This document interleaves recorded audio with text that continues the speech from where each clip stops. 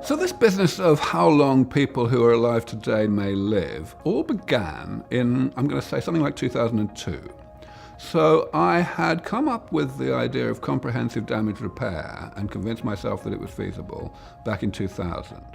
And then in about 2002, a Dutch journalist named Theo Rickel contacted me and asked me how long I expected to be the life expectancy, the average lifespan of people born in the year 2100.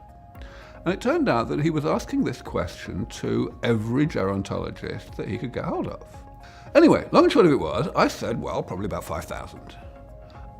Essentially what I was doing was I was taking the assumption that by then we would very probably have defeated aging to the extent of staying one step ahead of the problem, this Methuselarity thing, and that therefore the risk of death per year needed to be presumed to stay the same, however long ago somebody was born. So if one looks at the risk of death today in early adulthood, then it's very low. If you reach, let's say, the age of 26 in the Western world, then your chance of not reaching the age of 27 is less than 1 in 1,000. And that number, of course, is going to decline because we're going to get better at stopping people from dying in other causes, like car accidents or whatever. So I thought, well, okay, let's throw in a modest factor there. And, 5,000 is a pretty conservative number. So that's the number I gave.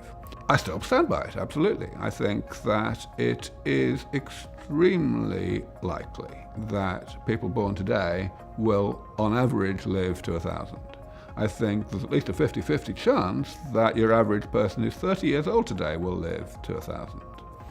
But not because we are within a couple of decades of completely being able to repair all damage, only because we're within a couple of decades, with reasonable probability, of course, of getting to this Methuselarity point where we're staying one step ahead of the problem.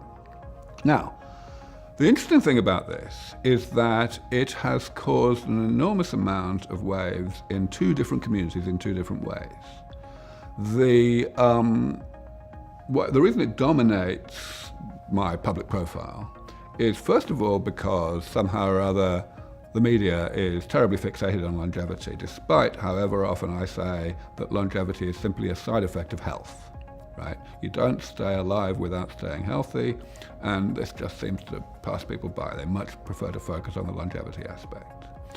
The other reason why it's been a problem is because my colleagues within the field, people who study the biology of aging, are desperately petrified of being associated with such numbers. For two reasons.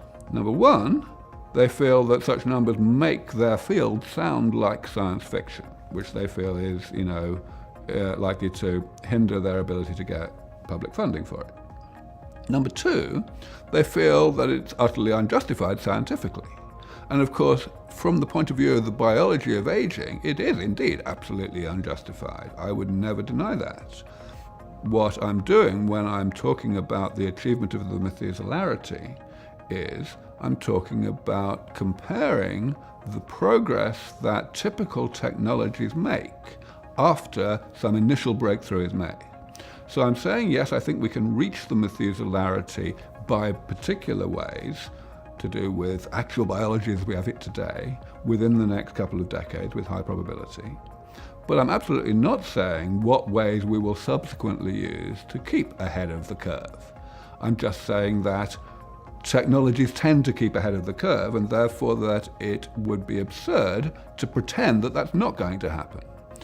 And my colleagues never deny this. They never say, oh, this is actually wrong for this specific reason.